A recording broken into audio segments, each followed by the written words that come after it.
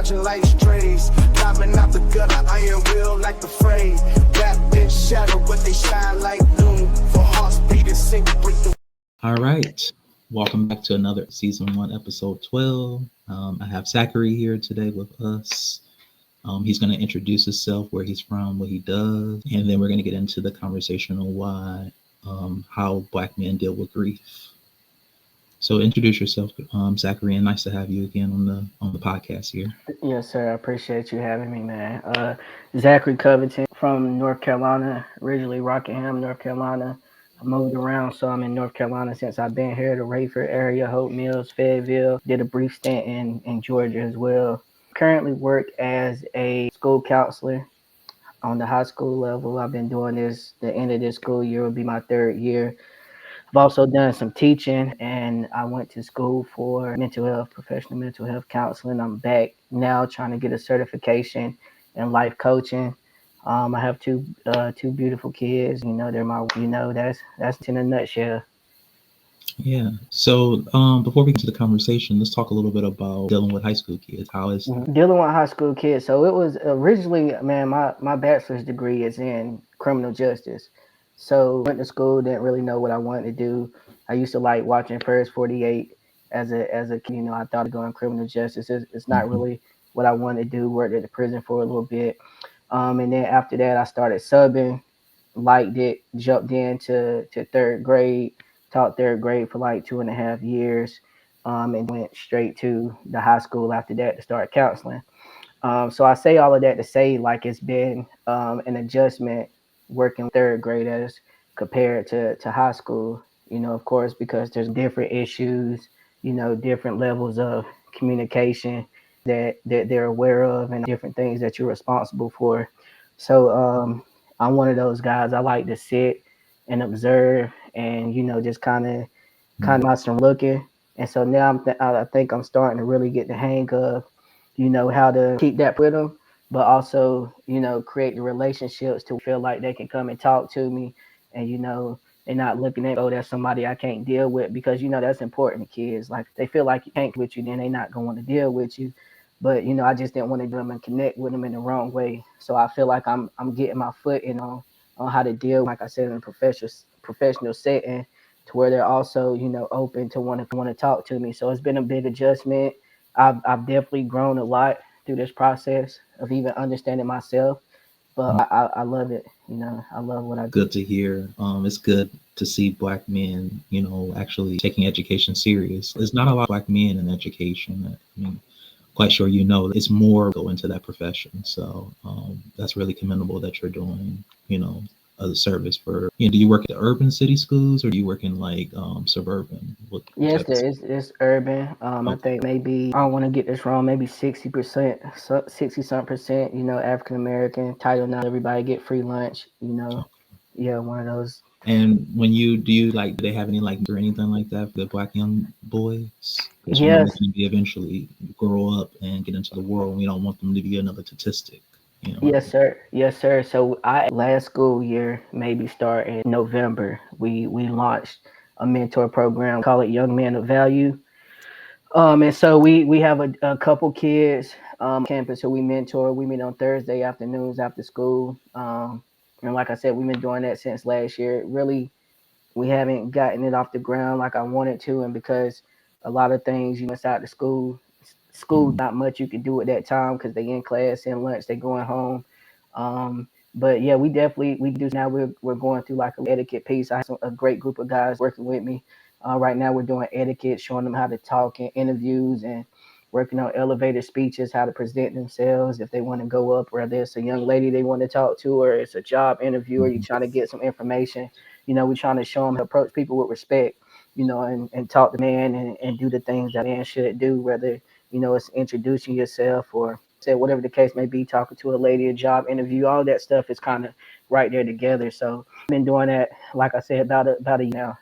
Okay. And do you see any challenges among the young men when you're kind of mentoring? Most definitely, man. I think young Black guys, and not all of them, because I hate to speak of any group as a monolith. We're not all just but a lot of them, as far as mental health go, is everything is anger.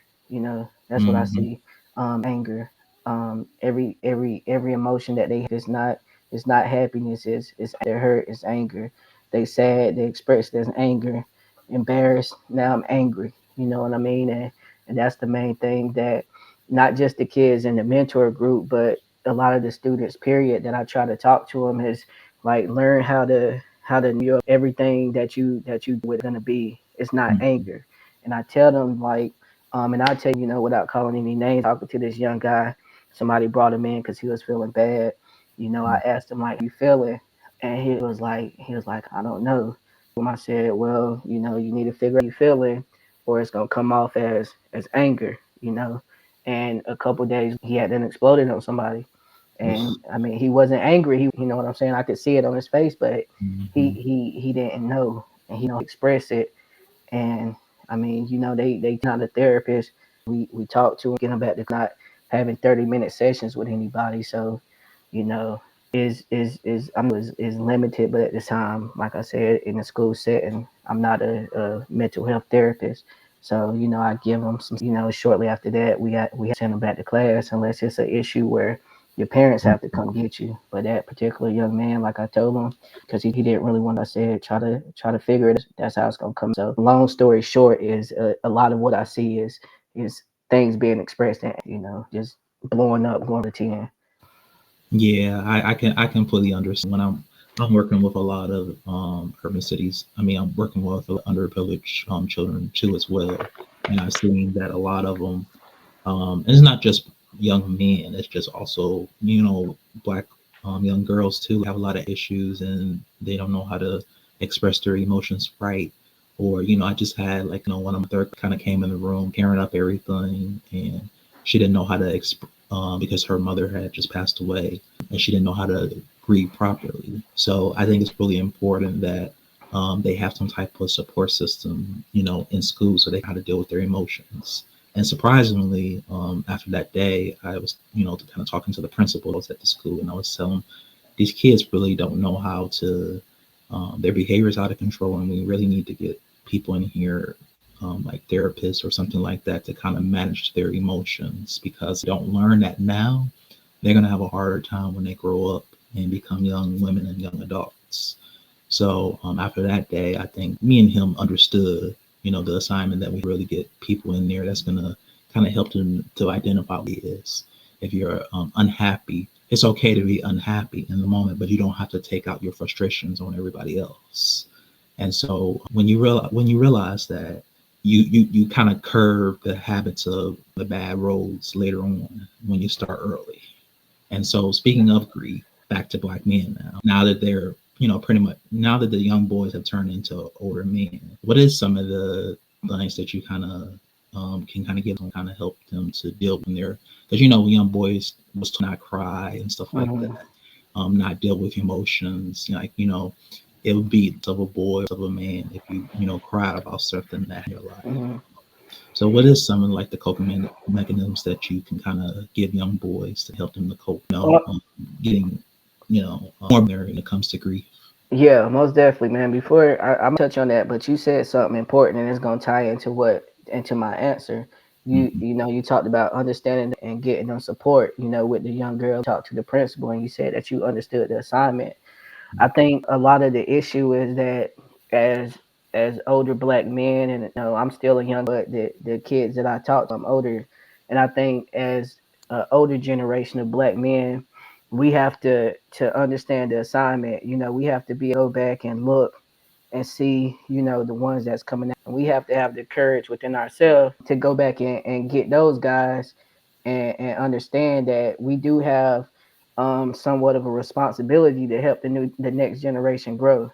You know what I mean? So I feel like that's a part of it is the OGs, we call OGs, going back and grabbing these guys and saying, man, I see what you're doing. That ain't the way to go. And giving them talk to, which again segues into the coping mechanism as the strategies is one thing. Just having that support system, having that mentor, having you could talk to, because a lot of these young black men, they don't have support. Everything is help for whatever reason, for whatever traumas they've been to youth. Again, everything is helped to the chest. So if we could as older guys, look back, give them that support. Don't make them have to go look for it, but say, man, I'm here for you if you need to talk to me.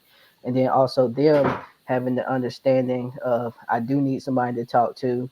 I'm a reach out and take this blessing as it's coming to me. And the same thing for us. We have people and things that we deal with, and there's people that's older than us that can give us game, and we have to be accepting of it. So it's a little bit of that on both sides. If we can just reach down and help the ones up under us, then I think that's a lot of the work right there. But also, man, I'm a big proponent on journaling. You actually caught me right in the right time. I'm doing a lot of journaling and a lot of shadow work right now. And I just get in my room sometimes, and if I gotta cry, if I'm down, holding anything back, I meditate and I'm praying. Praying is a big bit. Um, and just find what you get in that quiet, still place. It's not a one stop shop or one size fits all, but universally, I do think that you have to be quiet. You know what I mean? And find what works for you. For some of them, it might be writing a rap song. For somebody else, it might be writing poetry, or it might be meditating, or it might be journaling. But first, just sit. Be truthful with yourself. Quiet spot, figure out what works best for you, and limit the distractions. Limit the times. What we try to do is we turn the music up, or we Mhm. hit into dealing with the pills or whatever the case may be, or we throwing back drinks, or you see a lot of times and people don't realize. I didn't realize it, like you chasing women, and it's, man, you just need a hug, little bro. Like you don't gotta with all Yeah. the women, man. You need somebody down to hug you or something. You know what I'm saying? It's one thing I had to kind of myself, but took sitting down, being and the mindset to, like, man, and going back to, like, just like, man, I can't continue to, like, I gotta do this kid. So just sitting down, being quiet, figuring out what's going on and what's work best for you. And again, reaching out to support, having that accountability partner is vital, you know. Yeah, yeah, and that's very something that you mentioned, like, men just got to going, at once, and this isn't or anything like that, but in our culture, like, we're on to don't really sit down to kind of process our emotions and doing the things we're doing. Case in point, like, a lot of men, they're going from one next to the next to the next, and they don't realize it might be a deeper issue, like mommy issues. Maybe they didn't grow a mother, or maybe their mother was really resentful and said, I'm going to be in your life and stuff like that. It could be a little more psychological, deeper issues going on than what their surface level, intentionally showing. And that's what a lot of men don't think about. So if they lost a mom or they lost a father, they just those react emotions. They're not really thinking about what they're doing at the time. So that's something that I really want men to kind of go get therapy or emotional support for that, because if they don't, it could get worse. Scoring the wrong woman, and she's thinking that this will be a relationship, and turns out you just playing her, or you just you're on, you're not really taking it serious. So it's a lot of things that goes a little bit deeper than what people show. So Right. And, I just and ignorance of the law is not an excuse. So if you get in a situation and, like you said, you scoring a woman and now she out to get you, and put your hands on, it's like, and it that fast, go downhill, and now you locked up. And it's all because, like you said, you didn't understand. Get something deeper going on in your mind that you just didn't, that you, again, like they say, ignorance is not an excuse. Ignorance of yourself and what's going on is not going to be an excuse. You can't stand in front of a judge and say, man, I got, all these mama issues, grieving, and a lot of times they're gonna work out for us. They're gonna be quick to want to hand to us, but it's like, mhm. and again, going back to kids, I tell them, like, this stuff can get you in trouble, man, and you know, you do the wrong thing. Now, no one's gonna want that. I'm hurting inside. You still go down and deal with that. Yeah, and that's true. That's very true. And before we wrap up today, I kind of wanted to ask you another question. This might be a little bit of a hard question, but I'm questions because it just gets the conversation to think, get you to think a little bit more deeper than what. than what most talk about. And this question, and you can answer it any type of way, but it's really a good question that I've been wanting to really ask for a while. Why do you think men can't grieve properly in society? Like, do you think, besides just the stigma of not to, cry in public or and stuff like that, what is some why they can't really grieve properly when tragic things happen to them in their life? Why do they feel like they have to suppress? Man, I feel like it's like you said, that's a great question. And I feel like is very loaded because I feel like there's a lot of different reasons why black men can't grieve. I feel like again is generational. You got these things passed down and you don't have anybody teach you how to grieve properly. Like I feel like that's have to be taught, you know. I feel like that's like your parents or whoever your caregiver is, you have to be taught because the brain is always going.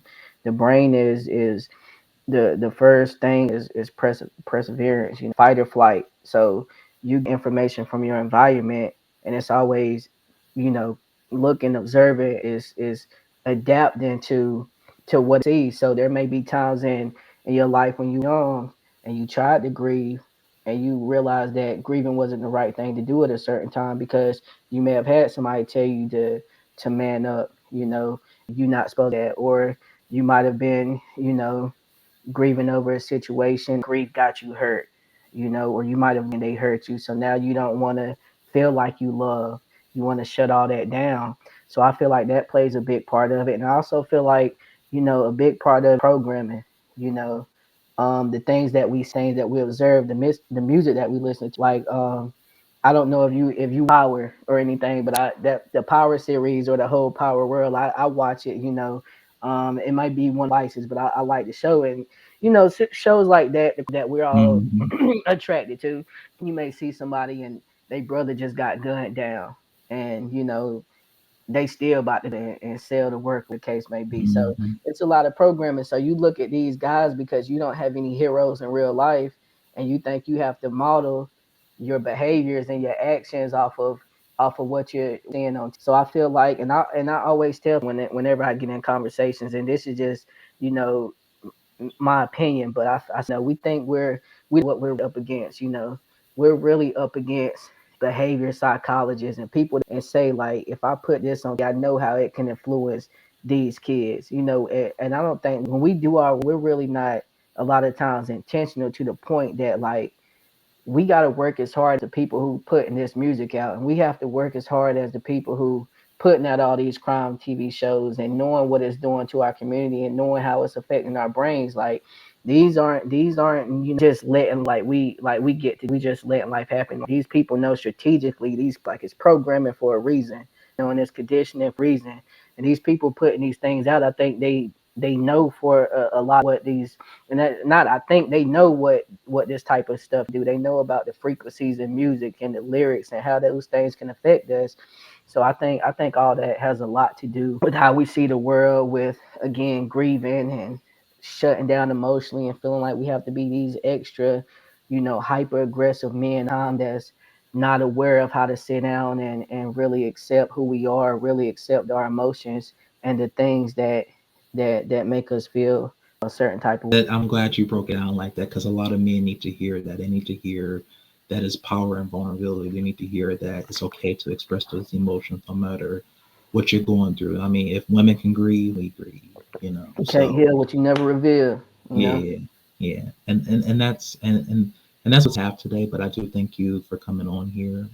Zachary, it was really a pleasure meeting you.